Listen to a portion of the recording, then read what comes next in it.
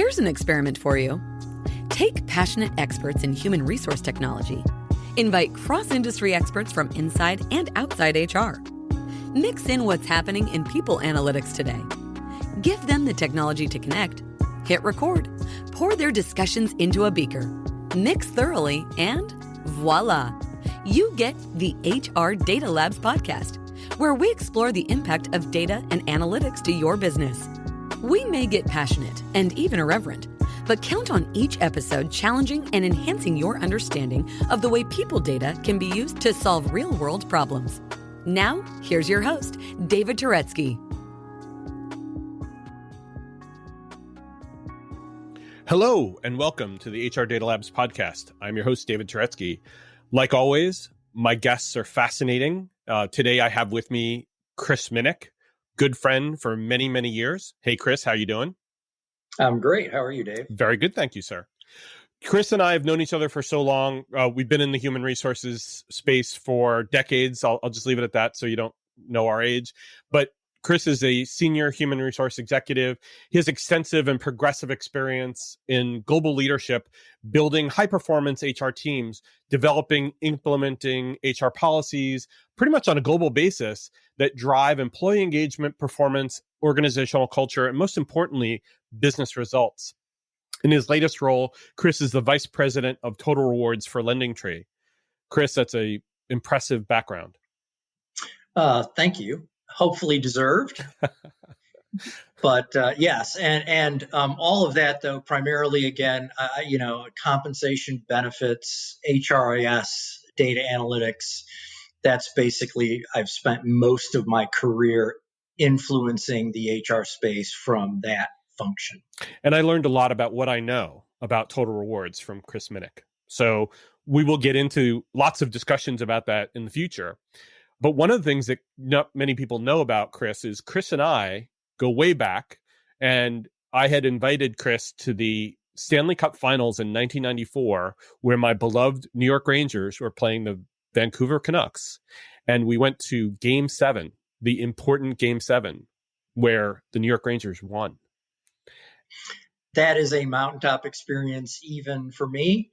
Not that I was an enormous Rangers fan, although, being in New York, you kind of have to make your choice. Right. So Rangers were definitely the call, and it was very exciting mountaintop experience. That was really fun. I think back on that experience a lot, and it chokes me up even today when you think about the emotions that went into that game and leading up to that game, and Marc Messier and his leadership bringing the Rangers to that moment. Well, if the Buffalo Bills ever win the Super Bowl, I will feel the same way that Dave felt about the Rangers in '94. And hopefully you invite me to that Super Bowl. Hopefully we can go to that Super Bowl together. There you go, or at least over to my apartment to watch. There you go. It's a deal. But that actually brings us to our topic for today, and we talk about leadership, and we talk about being the right person at the right time in your career, where you're going. And so today we were going to talk about using data and analytics to drive career decisions. Yeah, thanks. So, this is a topic, and whether you call it kind of career pathing or career ladders, it's something that I've been kind of kicking around for the last 12 to 15 years. When I worked at Wachovia before they got taken over and the world ended based on the financial crisis, we were, in the initial stages of really trying to do a career pathing or career ladder exercise at Wachovia. And I've had a couple of opportunities to, again, get fits and starts at a couple of other places in between Wachovia and my current assignment at LendingTree. But LendingTree is now really in the process of really fully trying to implement a career ladders or career path process. And so it's really been a really good joint effort between the HRIS team, the compensation team, the performance management team, learning and development, organizational development groups. And as we've really started to build out or think about building out career paths from a data perspective, we've been fortunate enough, we use Workday as our platform, and we have pretty good data from an integrity point of view, and just enough infrastructure in place around a job family setup and a compensation structure, or at least a titling structure, that the framework was there to allow us to really start to build out a career pathing or career ladders process.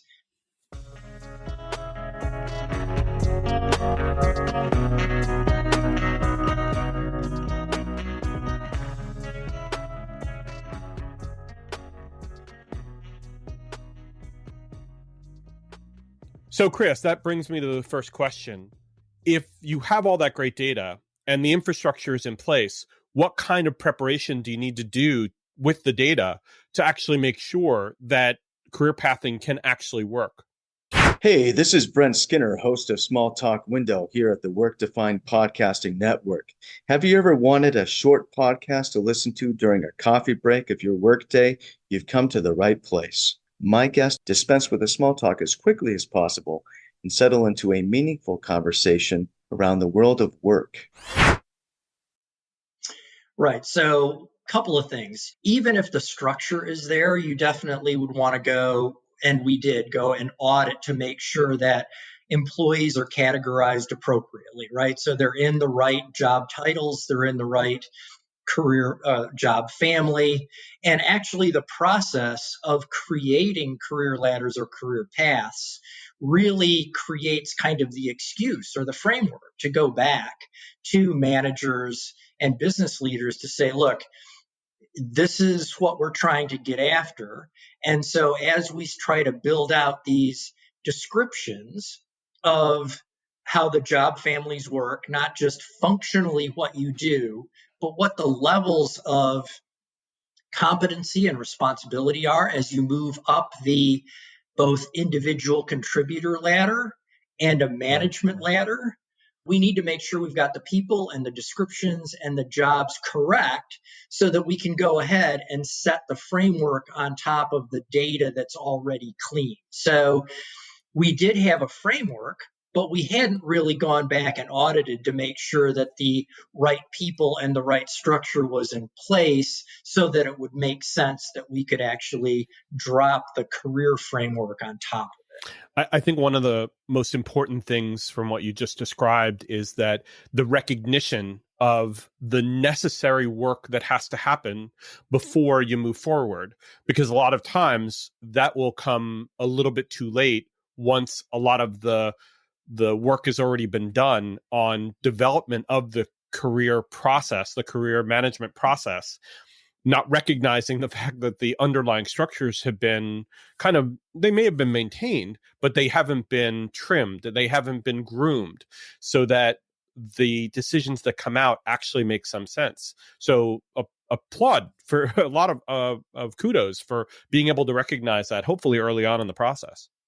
Yeah, well, fortunately, again, having had a couple of, false starts at it, as you describe, you can't get out over your skis on this thing, right? So it does create, the desire of a company to put in a career ladder or career pathing framework to really ultimately help its employees and help managers figure out how to move talent around the organization, does offer you the excuse or the ability to go back in and clean up some data that otherwise people may not be paying attention to. So you can basically create the rationale for going back and making sure your data is clean. I like what you talked about having some fits and starts or having some failures. One of the things I've described before is that failures are your best source of inspiration for the future and provides you with great opportunity to learn about what are the things that might not work going forward and what would work or what might be inspiration for the next time. Right. And one of my prime examples was one of the places where we tried to put this in. There was this desire to kind of use it as an excuse to change everything, as opposed to here's a specific thing we want to get done, which is career pathing. Sure. Right. And let's use what we can in the existing structure so that employees and managers aren't completely freaked out and they don't think that everything is changing right?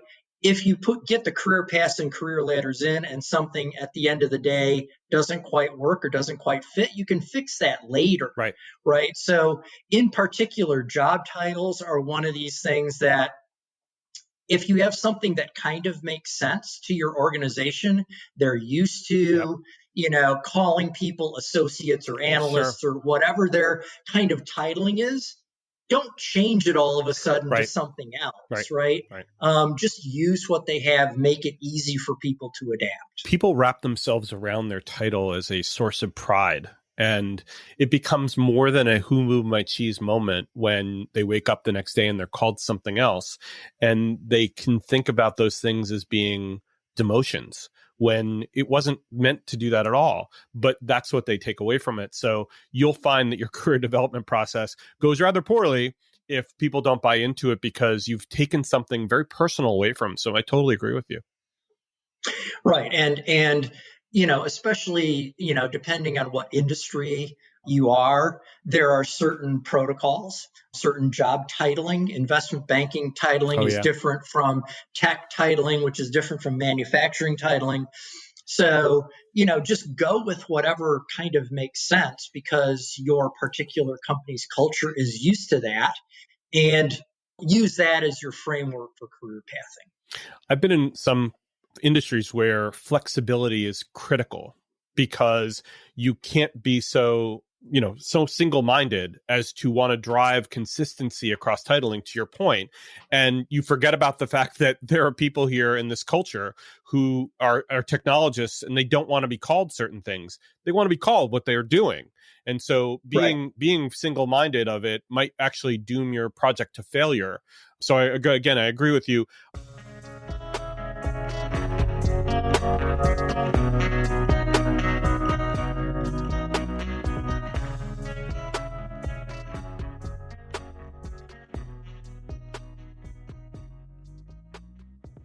The one thing I want to ask, though, is it where do you, or kind of the next question I want to get to is, where do you start?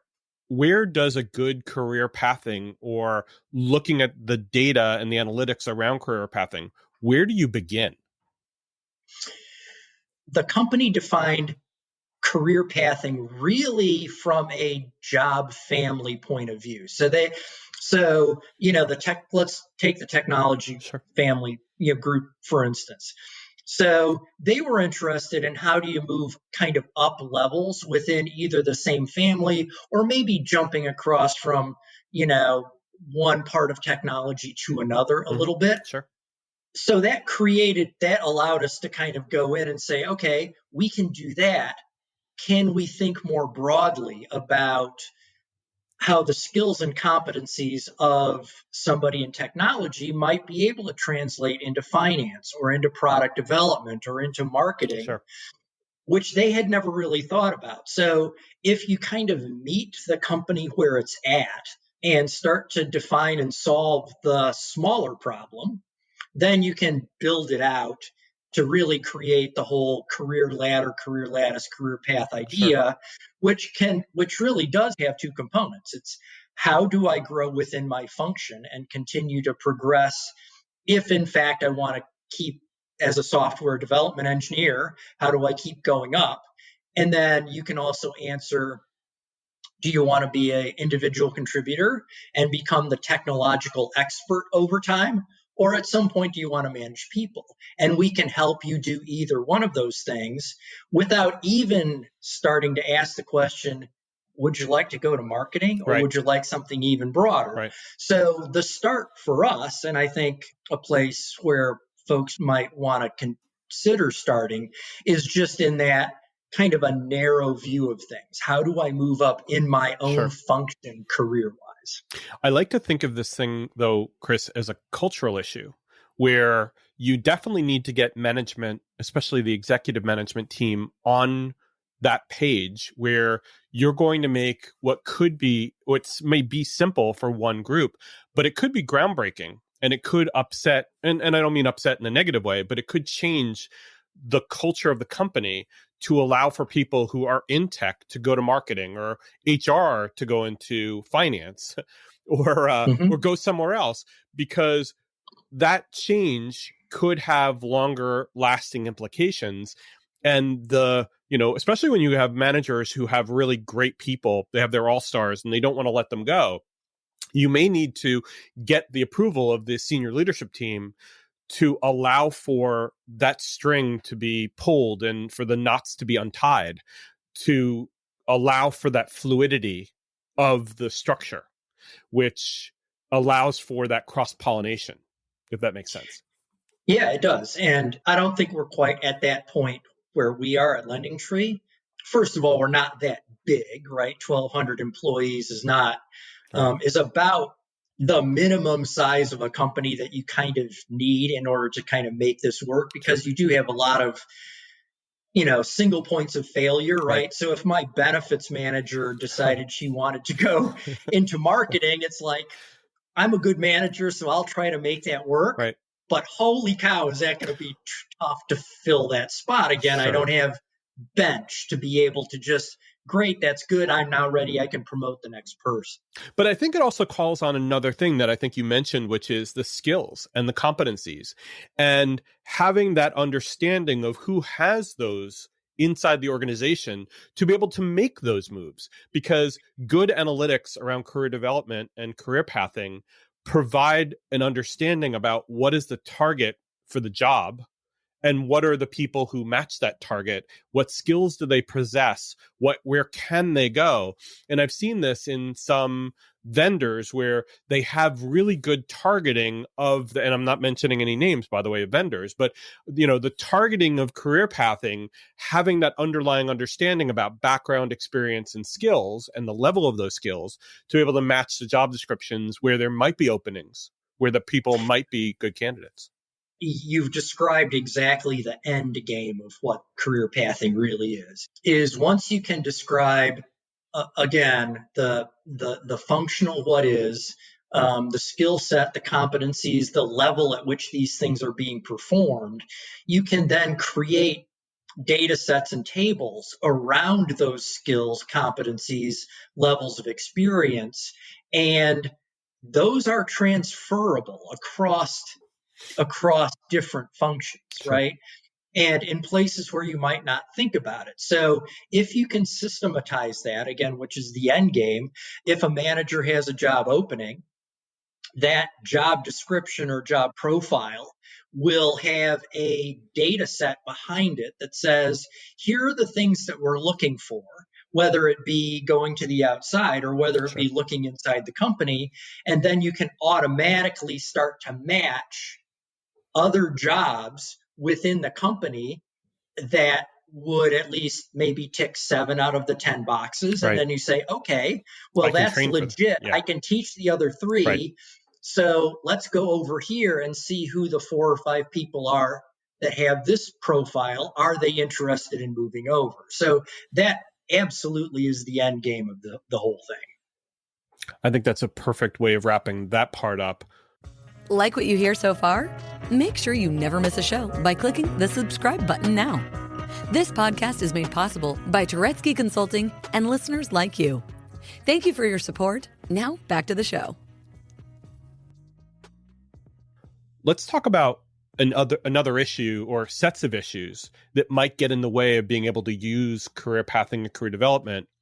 And the one, I think we talked about this already, which is culture. What are some issues that you've seen in development of or in being able to create a culture of being able to use the data analytics to provide career pathing, or other issues that you may have faced along the way? Yeah, I think the biggest one is one I think that we've a bit already touched on, which is creating a level of management buy-in, not just to the process and creating career paths, because that in and of itself, I think managers can kind of see, certainly within their own organizations and even across purposes, that it's a good thing. But the rubber hits the road when, you actually do start to implement some cross-functional moves within an organization.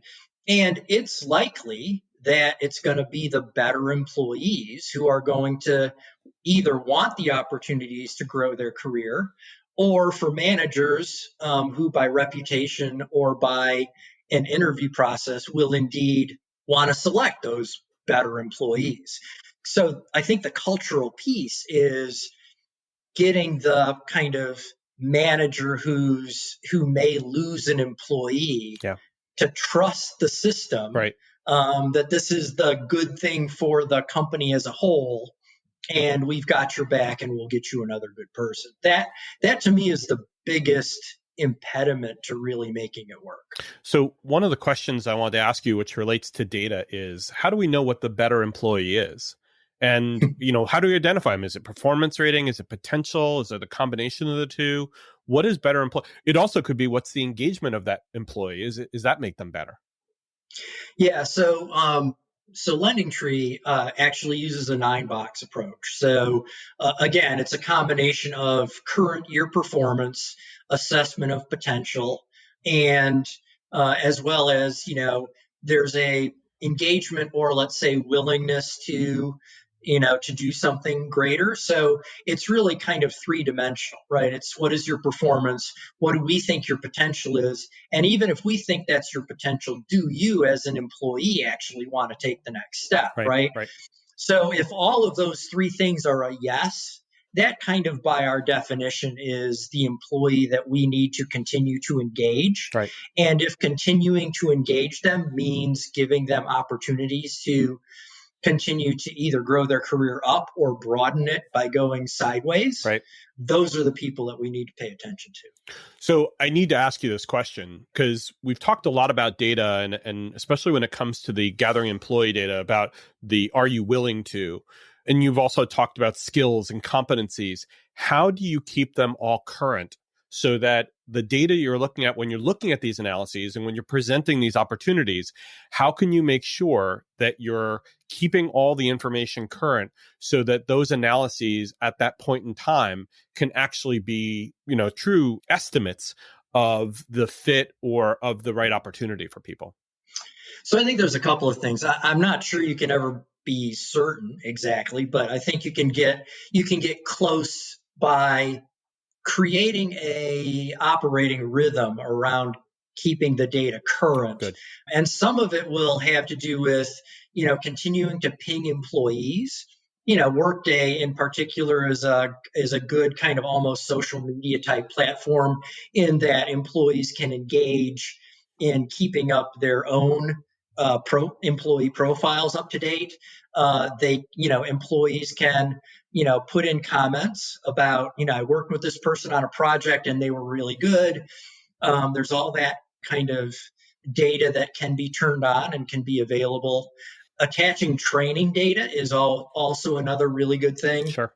So, for instance, in a career pathing environment, an employee may have an interest in expanding their career. Then you can create a template for, okay, what is it that you need to do to advance to the next step, either from a functional expertise point of view or learning how to manage people or creating a competency such that you can move, into a better career. And once employees do, in fact, get that learning under their belt, then that again becomes a real-time add to their profile. Some things are kind of a little bit longer term. Sure. So, an annual performance rating and assessment of potential, but continuing to make sure that employees haven't changed their mind about what they want to do with their career. Because some of that could be personal decisions. Somebody gets married, somebody has kids, whatever. And it's like, I don't know, work-life balance. I need to, kind of take the foot off the gas here for the next year and do something a little bit different. So there's a bunch of different ways to keep it as current as you can. Some of it is, you rely on employees, and some of it you can have data within the company that you want to keep current. That's great.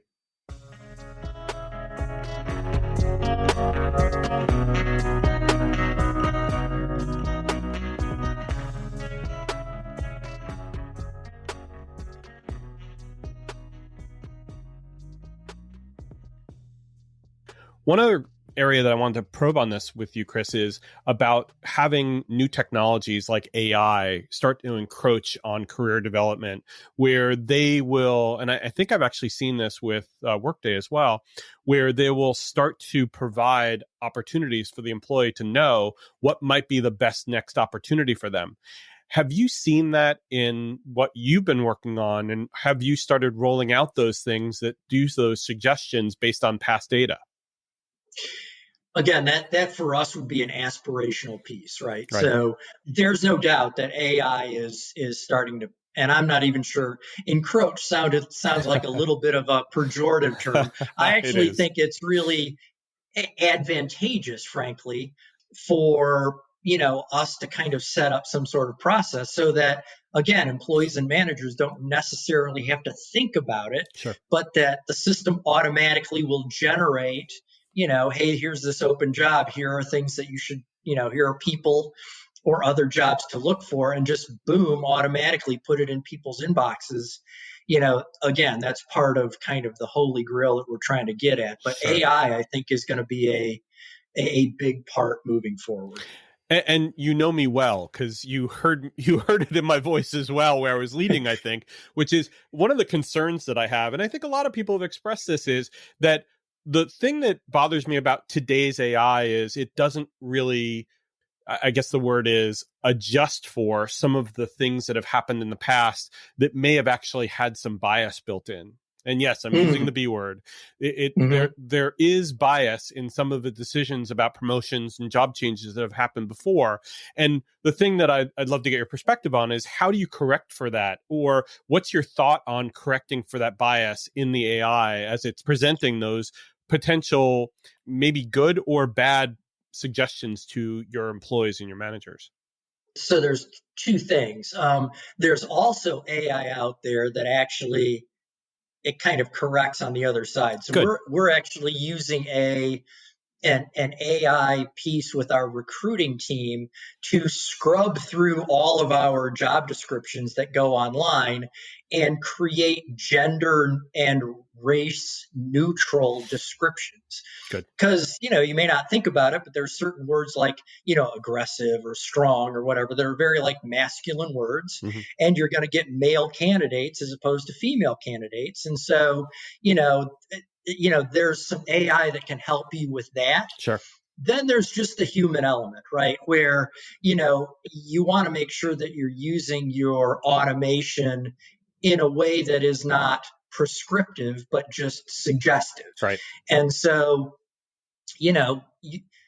within the human resources function is still the responsibility to make sure that in any job opening, you have a diverse slate of candidates. Yep. And so if you're starting to find either management bias or suggestion bias within your AI that's getting you a certain kind of self-reinforcing group of candidates, it's still on us as humans within the HR function to make sure that doesn't happen.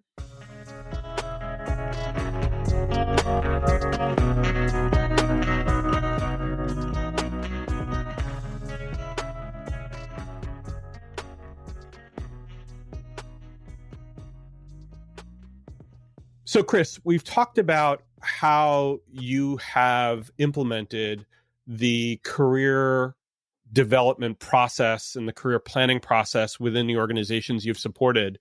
You've talked about some of the challenges with implementations, and we've talked about some challenges that you might find when we're looking at data and analytics that are pointed at the career development process. So, anything else that you wanted to bring up before we close? No, I think, the questions you've asked have kind of hit upon the points that I was really thinking about. And, it's been a really good and fun time reconnecting with you and doing this podcast. But no, I've really enjoyed it. So nothing really to add. Thanks. All right, cool. Thank you very much, Chris. You're awesome. I appreciate your support. Oh, my pleasure. And thank you for listening. And we hope you enjoyed this episode of the HR Data Labs podcast. If you don't mind, please follow us and share this with like-minded folks. And if you have any feedback, please don't hesitate to provide it to us. Thank you very much and stay safe.